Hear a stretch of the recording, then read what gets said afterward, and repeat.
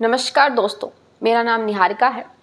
चलिए दोस्तों, आज एक बहुत इम्पॉर्टेंट मैटर को डिस्कस कर लेते हैं जिसका नाम है यूपीएस यानी यूनिफाइड पेंशन स्कीम, जो कि गवर्नमेंट ने अभी लॉन्च की है। ये न्यू पेंशन स्कीम है, एनपीएस नहीं है। ये पेंशन स्कीम का एक बदला हुआ रूप है, रिफॉर्म्ड रूप है। अब जो बदला गया दोस्तों, उसे समझने की ज़रूरत ऐसे है कि पहले ओल्ड पेंशन स्कीम थी, देन फिर नेशनल पेंशन स्कीम आई, अब ये नई वाली आई है जिसका नाम है यूपीएस यानी यूनिफाइड पेंशन स्कीम। तो इसे समझना ज़रूरी होगा कि यूनिफाइड पेंशन स्कीम एग्जैक्टली है क्या, कितनी अलग ओपीएस और एनपीएस से है, और साथ ही साथ में गवर्नमेंट ने ये स्कीम आखिर लॉन्च क्यों की, क्यों गवर्नमेंट ने एकदम से इस स्कीम में रिफॉर्म किया और न्यू पेंशन स्कीम ले आए या फिर रिफॉर्म्ड पेंशन स्कीम ले आए। तो दोस्तों, इसकी सबसे बड़ी वजह है अपोजिशन और साथ ही साथ में कर्मचारियों का गुस्सा। कर्मचारी इस बात से काफ़ी समय से नाराज़ थे क्योंकि सम्मानजनक स्थिति में उन्हें नई पेंशन प्रोवाइड की जा रही थी जो नेशनल पेंशन स्कीम यानी एनपीएस है, उसके तहत, जो कि 2004 में लॉन्च हुई थी। अब पूरा इस एग्जैक्टली समझ लेते हैं समीकरण कि ये स्कीम्स हैं क्या। सबसे पहले आते हैं ओपीएस पर, ओल्ड पेंशन स्कीम। दोस्तों, जो ओल्ड पेंशन स्कीम है, ये जो लॉन्च की गई थी, सबसे पहले भारत देश में जब से आज़ादी मिली है तब से सरकारी कर्मचारियों को ओपीएस के तहत ही पेंशन प्रोवाइड की जाती थी। इसका स्ट्रक्चर कुछ दोस्तों ऐसा है कि मान लीजिए एक व्यक्ति रिटायर हुआ, रिटायर होने के टाइम पर जो उसकी लास्ट ड्रॉन सैलरी होगी उसकी आधी यानी उसकी 50% सैलरी उसे मिलेगी। इसे हम कहते हैं ओपीएस। मान लीजिए एक व्यक्ति 60,000 रुपये कमा रहा है एट द मोस्ट, जब वो रिटायर हो रहा है तो उसका आधा यानी 30,000 रुपये उसके हाथ में दोस्तों आ जाएंगे। लेकिन अब दोस्तों, जो 2004 में नई स्कीम आई जिसका नाम था नेशनल पेंशन स्कीम, अब न्यू पेंशन स्कीम में बात कुछ ऐसी रखी गई कि गवर्नमेंट के द्वारा भी कंट्रीब्यूशन होगा और एम्प्लॉय जो मेहनत कर रहा है ऑफिस में बैठकर गवर्नमेंट के लिए काम कर रहा है उसे भी कंट्रीब्यूट करना है। तो इसमें एम्प्लॉय का कंट्रीब्यूशन रखा गया था 10%, मतलब उसे अपनी सैलरी से कितना 10% कंट्रीब्यूट करना होगा अपनी पेंशन के लिए, और करीबन 14% कंट्रीब्यूट करेगी एडिशनली इस अमाउंट में गवर्नमेंट। अब दोस्तों, एडिशनली कंट्रीब्यूट करने के बाद में जब एक व्यक्ति रिटायर हो जाएगा तो न्यू पेंशन स्कीम के तहत 60% सैलरी वो अपनी जो लास्ट में रिटायरमेंट का अमाउंट है उसे विड्रॉ कर सकता है दोस्तों। लेकिन इसमें एक बहुत बड़ा ट्विस्ट ये है दोस्तों कि न्यू पेंशन स्कीम में मार्केट वॉलेटिलिटी बहुत ज़्यादा होती है, क्योंकि आप लोग यानी गवर्नमेंट एम्प्लॉयज़ जितना भी कंट्रीब्यूट करते हैं, गवर्नमेंट जितना भी कंट्रीब्यूट करती है, ये सब कुछ शेयर मार्केट में लगा हुआ होता है। मान लीजिए एक व्यक्ति रिटायर हुआ और उस समय शेयर्स गिर गए, क्या होगा दोस्तों, उसका जो पैसा है वो डूब जाएगा। और मान लीजिए कोई और व्यक्ति, कोई और सरकारी कर्मचारी रिटायर हुआ और उस समय पर शेयर्स मार्केट में जो शेयर्स हैं वो बढ़ गए।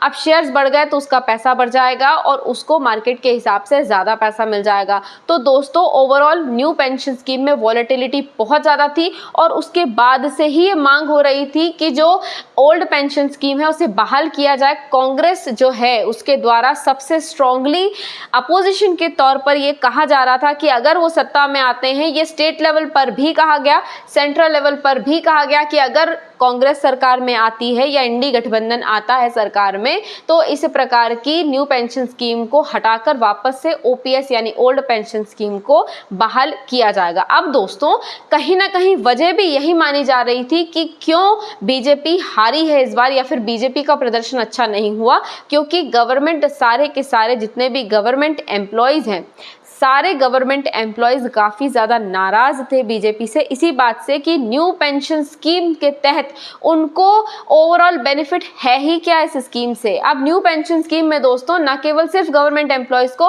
बल्कि फ़ायदा प्राइवेट एम्प्लॉयज़ को भी वैसे तो मिल रहा था, क्योंकि ओपीएस में सिर्फ गवर्नमेंट एम्प्लॉयज़ आते थे, जबकि न्यू पेंशन स्कीम में गवर्नमेंट एम्प्लॉयज़ भी आते हैं और प्राइवेट एम्प्लॉयज़ भी आते हैं दोस्तों। लेकिन फिर भी मांग यही उठ रही थी कि ओल्ड पेंशन स्कीम दोबारा बहाल की जाए, क्योंकि दोस्तों माना कुछ ऐसा जा रहा था कि जो न्यू पेंशन स्कीम है वो एक सम्मानजनक स्थिति में नहीं रख रही है गवर्नमेंट एम्प्लॉयज़ को।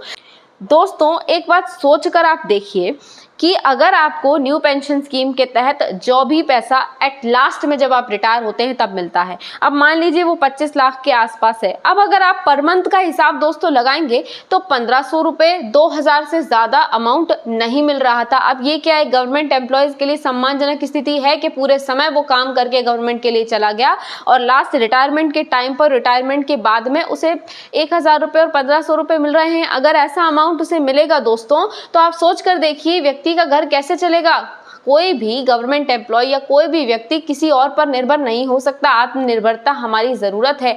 आत्मनिर्भरता का अगर हम नारा देते हैं तो गवर्नमेंट एम्प्लॉयज़ को भी तो आत्मनिर्भर बनाना होगा, स्पेशली जब वो अपनी ओल्ड एज में है, स्पेशली जब ओल्ड एज में है दोस्तों। इसलिए ये स्कीम जो है उसे गलत ठहराया जा रहा था और मांग उठ रही थी कि ओपीएस वापस से बहाल किया जाए। अब इसी की वजह से दोस्तों गवर्नमेंट एम्प्लॉयज नाराज थे और वोटिंग परसेंटेज बीजेपी का भी कहीं ना कहीं डाउन जा रहा था, जिसके बाद में अपोजिशन की भी इतनी स्ट्रॉन्ग डिमांड के बाद जो यूनिफाइड पेंशन स्कीम का स्ट्रक्चर है उसे फिलहाल में लाया गया है। ये सेंट्रल गवर्नमेंट के लिए लाया गया है दोस्तों। अब ये जो स्कीम है दोस्तों ये सेंट्रल गवर्नमेंट के एम्प्लॉयज के लिए फिलहाल में लागू की गई है, जिससे करीबन 2.5 लाख कर्मचारियों को इससे बेनिफिट मिलेगा। 2025 से ये स्कीम चालू होगी दोस्तों।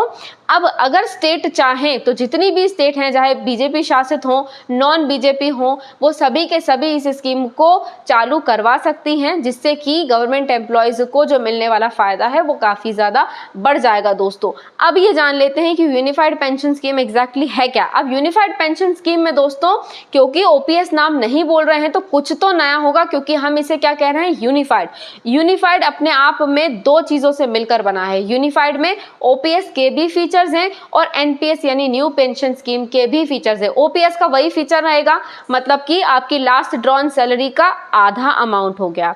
लास्ट ड्रॉन सैलरी जो रहेगी दोस्तों उसका आधा अमाउंट। इसके साथ साथ में दोस्तों जो न्यू पेंशन स्कीम में गवर्नमेंट एम्प्लॉयज के द्वारा जो कंट्रीब्यूशन अपनी पेंशन के लिए दिया जा रहा था वो अभी भी बहाल रहेगा दोस्तों। मतलब न्यू पेंशन स्कीम के जो फीचर्स थे इसमें वो भी रहेंगे, ओल्ड पेंशन स्कीम के भी फीचर्स रहेंगे। अब ये समझना होगा कि ये जो न्यू यूनिफाइड पेंशन स्कीम है गवर्नमेंट के लिए और इंडिविजुअल यानी गवर्नमेंट एम्प्लॉयज के लिए कहाँ तक बेनिफिटेबल है। गवर्नमेंट के लिए बेनिफिटेबल ऐसे है कि एक तो गवर्नमेंट ये शो करेगी कि हम पेंशन स्ट्रक्चर को बहुत नया और रिफॉर्म्ड बना रहे हैं। ना तो इसमें ओल्ड का एग्जैक्टली फीचर है ना न्यू पेंशन स्कीम का फीचर है। हम आपको सम्मानजनक स्थिति में भी ला रहे हैं और साथ ही साथ में हमने आपको वो ओल्ड पेंशन स्कीम के फीचर से हटाकर कुछ अलग स्ट्रक्चर दिया जो कि भारत देश में प्रगतिशीलता भी लाएगा, रिफॉर्म भी लाएगा। साथ ही साथ में दोस्तों इसमें गवर्नमेंट की लायबिलिटी ओल्ड पेंशन स्कीम के कंपेयर में थोड़ी सी कम हो जाएगी। तो ये गवर्नमेंट के लिए और गवर्नमेंट के जो बजट है यानी गवर्नमेंट की जो जेब है उस पर भी बहुत अतिरिक्त खर्च कंपैरेटिवली नहीं डालेगा दोस्तों। अब आ जाते हैं कि इंडिविजुअल को क्या बेनिफिट हो रहा है। एक तो उसको ओल्ड पेंशन स्कीम का भी फायदा मिल रहा है और न्यू पेंशन स्कीम का भी फायदा मिल रहा है, मतलब डुअल बेनिफिट मिल रहा है दोस्तों। इसके साथ साथ में एक एम्प्लॉय को एग्जैक्ट रिटर्न मिलने वाले हैं आने वाले समय में। अब ऑफकोर्स 30,000 या आसपास मान लीजिए, अगर 60,000 रुपए भी 5 साल बाद किसी गवर्नमेंट एम्प्लॉय की पेमेंट होती है तो 30,000 रुपए आराम से उसकी मंथली सैलरी होगी। That is a good amount for that particular person. अब इसके बाद में दोस्तों साथ ही साथ में बेनिफिट ये भी है कि एग्जैक्टली पेंशन में ट्रांसपेरेंसी भी आएगी और उनको पेंशन सिक्योरिटी भी मिल रही है। न्यू पेंशन स्कीम में पेंशन सिक्योरिटी एक तरह से थी ही नहीं और अब यूनिफाइड पेंशन स्कीम में ये सिक्योरिटी मिलेगी। लेकिन इसका चैलेंज ये है कि न्यू पेंशन स्कीम के जो फीचर्स हैं वो यूनिफाइड पेंशन स्कीम में अभी भी प्रेजेंट हैं और इसीलिए मार्केट वॉलेटिलिटी अभी भी बनी रहेगी दोस्तों। साथ ही साथ में पॉलिटिकल पार्टीज के द्वारा इस स्कीम को स्टिल अपोज किया जा रहा है और कहा जा रहा है कि आपने फिर से एक लॉलीपॉप दे दी। आप उठाते हैं और एक लॉलीपॉप पकड़ा देते हैं गवर्नमेंट एम्प्लॉयज को कि भाई देखो हमने आपको ऐसा कर दिया, हमने वैसा कर दिया, आपने ओल्ड पेंशन स्कीम लागू नहीं की है। ये दोबारा कहा जा रहा है अपोजिशन के द्वारा। अब दोस्तों ये स्कीम कितनी सही और कितनी गलत साबित होती है ये सिर्फ एक गवर्नमेंट एम्प्लॉय बता सकता है जो कि अब इसका बेनिफिट लेने वाला है, और ये उन्हें कितनी पसंद आई है ये चुनाव की रिजल्ट से भी पता चलेगा आने वाले समय में, और साथ ही साथ में इससे भी पता चलेगा कि क्या प्रतिक्रिया देते हैं सारे के सारे गवर्नमेंट एम्प्लॉयज़। अगर इस पर कोई भी और रिपोर्ट आती है तो ऑफ कोर्स हम आपसे कांटेक्ट करेंगे, आपको बताएंगे। अगर आपको ये वीडियो अच्छा लगा हो तो आप हमारे चैनल को सब्सक्राइब कीजिए। आपका हमसे जुड़ने के लिए बहुत बहुत धन्यवाद दोस्तों।